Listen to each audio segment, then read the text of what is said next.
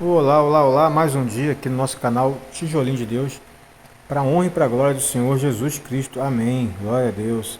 Nós estamos aqui no dia 22 do 4, hoje é dia 22 do 4, são 18 horas e 51 minutos, estamos gravando aqui Juízes 9, Salmo 113 e Colossenses 2.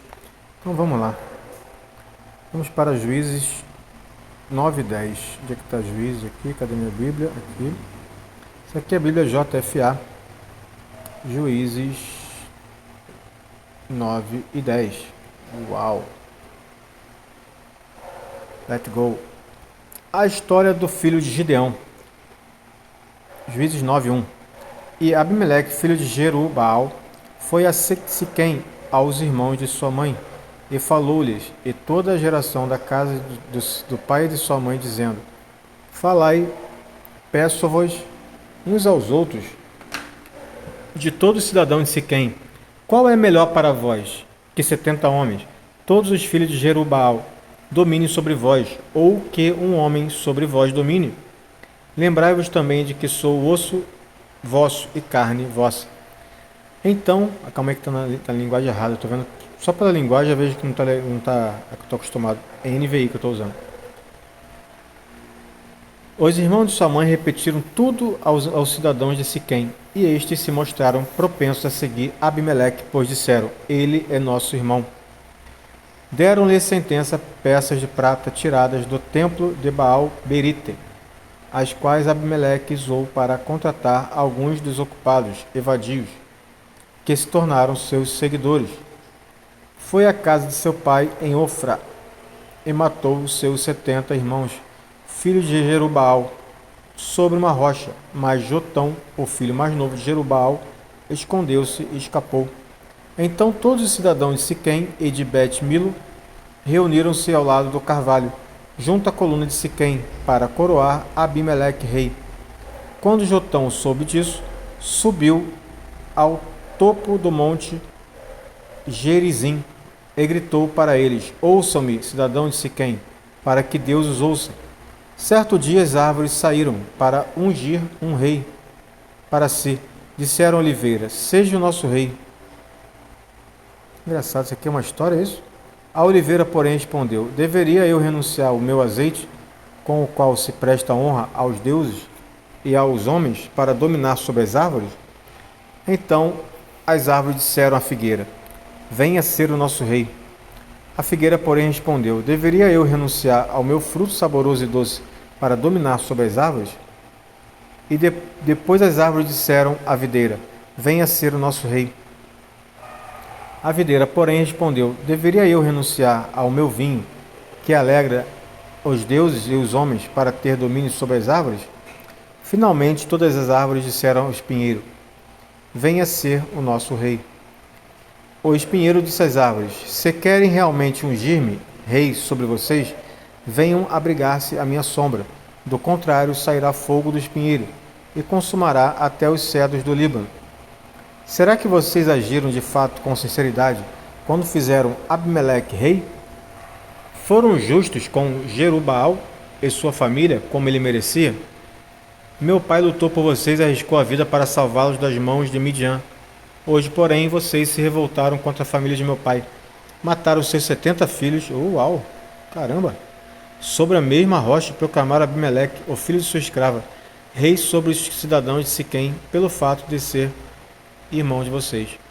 Se hoje vocês de fato agiram com sinceridade para com Jerubbaal e sua família, alegrem-se com Abimeleque, e ele alegre-se ele com vocês.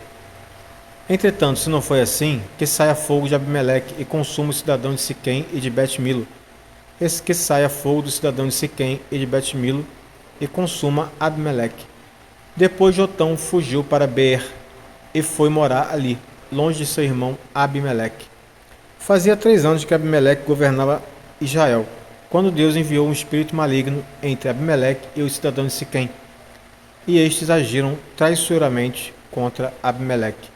Isso aconteceu para que o crime contra os 70 filhos de Jerubbaal, o derramamento do sangue deles, fosse vingado em seu irmão Abimeleque nos cidadãos de Siquém, que o ajudaram a assassinar os seus irmãos. Os cidadãos de Siquém enviaram homens para o alto das colinas, para emboscarem os que passarem por ali, e Abimeleque foi informado disso. Nesse meio tempo, Gaal, filho de Ebede, mudou-se com os seus parentes para Siquém, cujos cidadãos confiavam nele. Sucedeu que foram ao campo, colheram uvas, pisaram-nas e fizeram uma festa no templo do seu Deus. Comendo e bebendo, amaldiçoaram Abimeleque. Então Gaal, filho de Ebede, disse: Quem é Abimeleque para que o sirvamos? E quem é Siquém? Não é ele o filho de Jerubaal? Não é Zebul o filho representante, o seu representante? Sirvam aos homens de Hamor, o pai de Siquém, porque servir a Abimeleque. Ah, se eu tivesse esse povo sob meu comando, eu me livraria dele, e diria a Abimeleque: mobilize o seu exército e venha. Quando Zebul, o governante da cidade, ouviu o que dizia Gaal, filho de Ebede, ficou indignado. Secretamente enviou mensageiros a Abimeleque, dizendo: Gaal, filho de Ebede, e seus parentes vieram a Siquém e estão agitando a cidade contra você. Venha de noite, você e seus homens, e fique à espera no campo. De manhã, ao nascer do sol, avance contra a cidade. Quando Gaal e sua tropa atacarem, faça com eles o que achar melhor. E assim Abimeleque e todas suas tropas partiram de noite e prepararam emboscadas perto de Siquém, em 4 campainhas. Ora, Gaal, filho de Ebede, tinha saído e estava à porta da cidade quando Abimeleque e seus homens saíram da sua emboscada. Quando Gaal os viu, disse a Zebul: Veja, vem gente descendo do alto das colinas. Zebul, porém, respondeu: Você está confundindo as sombras dos montes com os homens. Mas Gaal tornou a falar: Veja, vem gente descendo da parte central do território, e uma campainha está vindo pelo caminho do carvalho dos adivinhadores. Disse-lhe Zebul: Onde está toda aquela sua conversa? Você dizia: Quem é Abimeleque para que servamos? Não são estes os homens que você ridicularizou? Saia e lute contra eles. Então Gaal conduziu para fora os cidadãos de Siquém e lutou contra Abimeleque. Abimeleque os perseguiu e eles fugiu. Muitos dos homens de Siquém caíram mortos ao longo de todo o caminho até a porta da cidade. Abimeleque permaneceu em Arumá, e Zebul expulsou Gaal e seus parentes de Siquém. No dia seguinte, o povo de Siquém saiu aos campos, e Abimeleque ficou sabendo disso. Então dividiu seus homens em 3 campainhas e armou emboscadas no campo. Quando viu o povo saindo na cidade,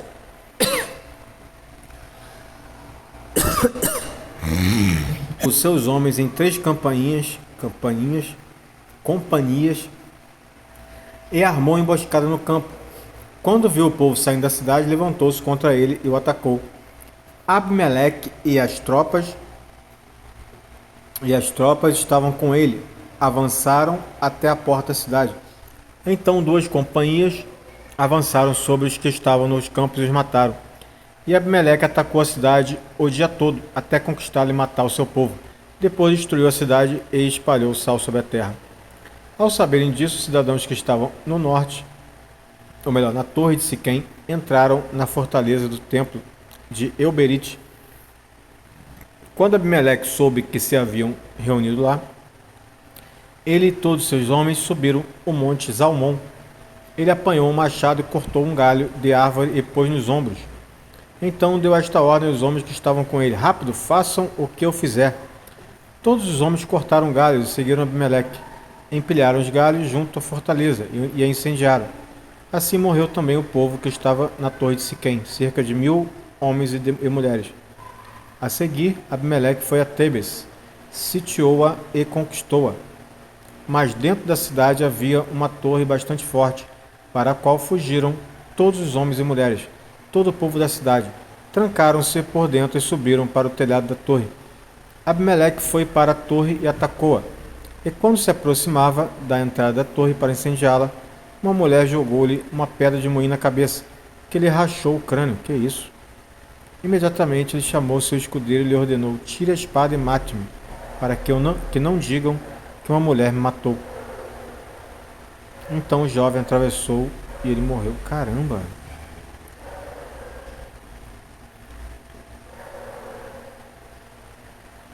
Caramba, olha isso. Quando os israelitas viram que Abimeleque estava morto, voltaram para casa. Assim, Deus retribuiu a maldade que Abimeleque praticara contra seu pai, matando os seus 70 irmãos. Deus fez também os homens de Siquém pagarem por toda a sua maldade. A maldição de Jotão, filho de Jerubaal, caiu sobre eles. Juízes 10. Tolá. O que é isso? É Juízes 10 mesmo?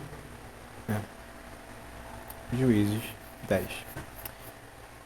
Depois de Abimeleque, um homem de Issacar, chamado Tolá, filho de Puá, filho de Dodô, levantou-se para libertar Israel.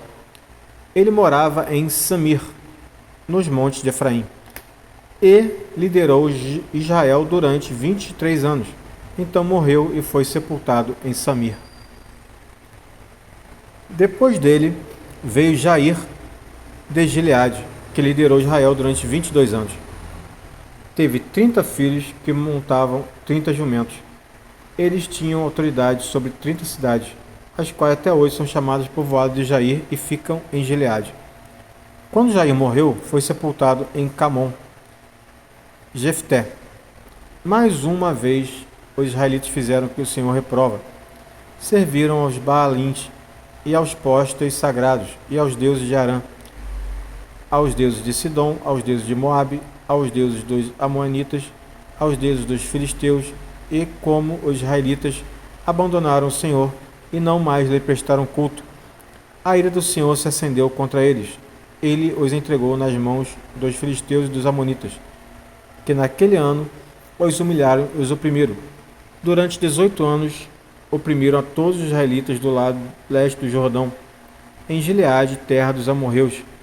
Os amonitas também atravessaram o Jordão para lutar contra Judá, contra Benjamim e contra a tribo de Efraim, e grande angústia dominou Israel. Então os israelitas clamaram ao Senhor, dizendo: Temos pecado contra ti, pois abandonamos o nosso Deus e prestamos culto aos Baalins. O Senhor respondeu: Quando os egípcios, os amorreus, os amonitas, os filisteus, os sidônios, os amalequitas e os maonitas oprimiram e vocês clamaram a mim, e eu os libertei da mão deles. Mas vocês me abandonaram e prestaram culto a outros deuses, por isso não os livrarei mais. Clamem aos deuses que vocês escolheram, que eles os livrem na hora do aperto. Olha isso. Os israelitas, porém, disseram ao Senhor: Nós pecamos, faze conosco o que achares melhor, mas te rogamos, livra-nos agora. Então eles se desfizeram dos deuses estrangeiros que havia entre eles e prestaram culto ao Senhor. E ele não pôde mais suportar o sofrimento de Israel. Quando os amonitas foram convocados e acamparam em Gileade, os israelitas reuniram-se e acamparam em Mispá. Os líderes do povo de Gileade disseram uns aos outros: Quem iniciar o ataque contra os amonitas será chefe dos que vivem em Gileade. Então nós terminamos aqui Juízes 9 e 10. Vamos para Salmo 113, depois Colossenses 2. Vamos lá. Salmo 113.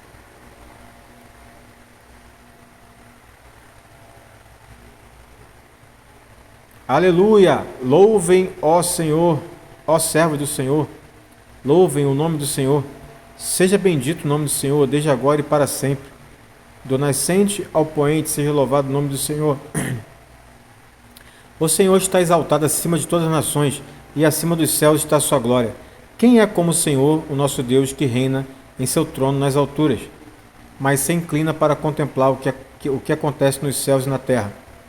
Ele levanta do pó o necessitado e ergue do lixo o pobre, para fazê-lo sentar-se com príncipes, com os príncipes do seu povo.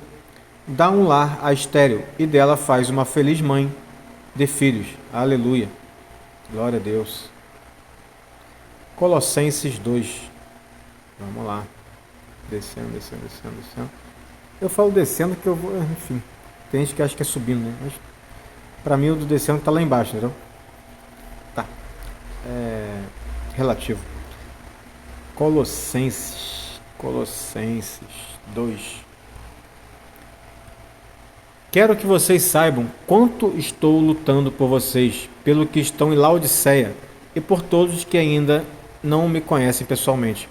Esforço-me para que eles sejam fortalecidos em seus corações, estejam unidos em amor e alcancem toda a riqueza do pleno entendimento, a fim de conhecerem plenamente o mistério de Deus, a saber, Cristo.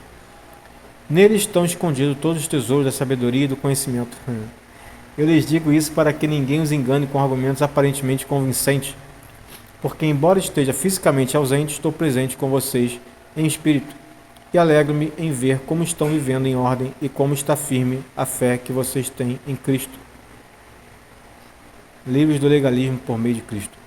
Portanto, assim como vocês receberam a Cristo Jesus, o Senhor, continuem a viver nele, enraizados e edificados nele, firmados na fé, como foram ensinados, transbordando de gratidão.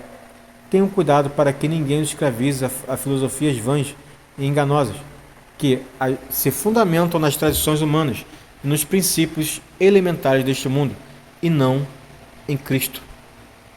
Pois em Cristo habita corporalmente toda a plenitude da divindade, e por estarem nele, que é o cabeça de todo poder e autoridade, vocês receberam a plenitude.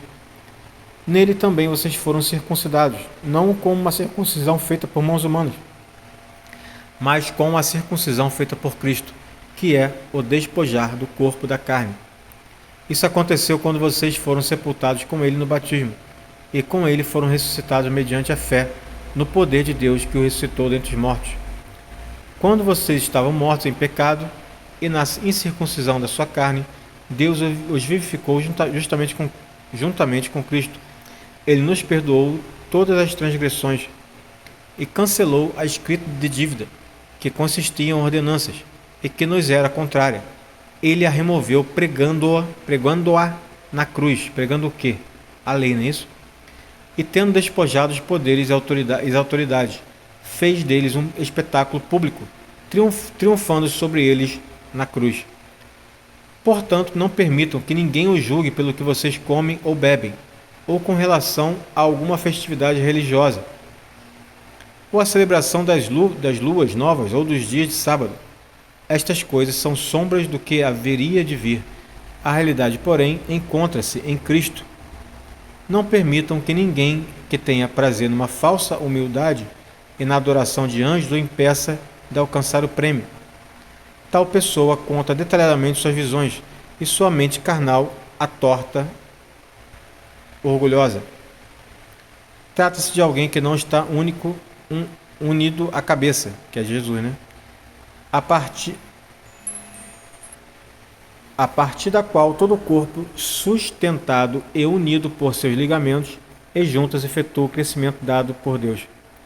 Já que vocês morreram com Cristo para os princípios elementares deste mundo, por que é que vocês estão como se ainda pertencessem a ele? Se submetem a regras. Não manuseie, não prove, não toque. Todas essas coisas estão destinadas a perecer pelo uso, pois se baseiam em mandamentos e ensinos humanos. Essas regras têm de fato aparência de sabedoria, com sua pretensa religiosidade, falsa humildade e severidade com o corpo, mas não tem valor algum para refrear os impulsos da carne. Uau! Caramba, que texto, que coisa linda, cara. Então amanhã a gente continua em Colossenses. Muito obrigado pela presença de vocês. Deu quase 20 minutos do vídeo de hoje. Nós estamos aqui nesse tijolinho de Deus, para a honra e para a glória do Senhor Jesus. Então até amanhã, se Deus permitir. Tchau, tchau. Um abraço. Deus abençoe. Amém, Senhor. Glória a Deus.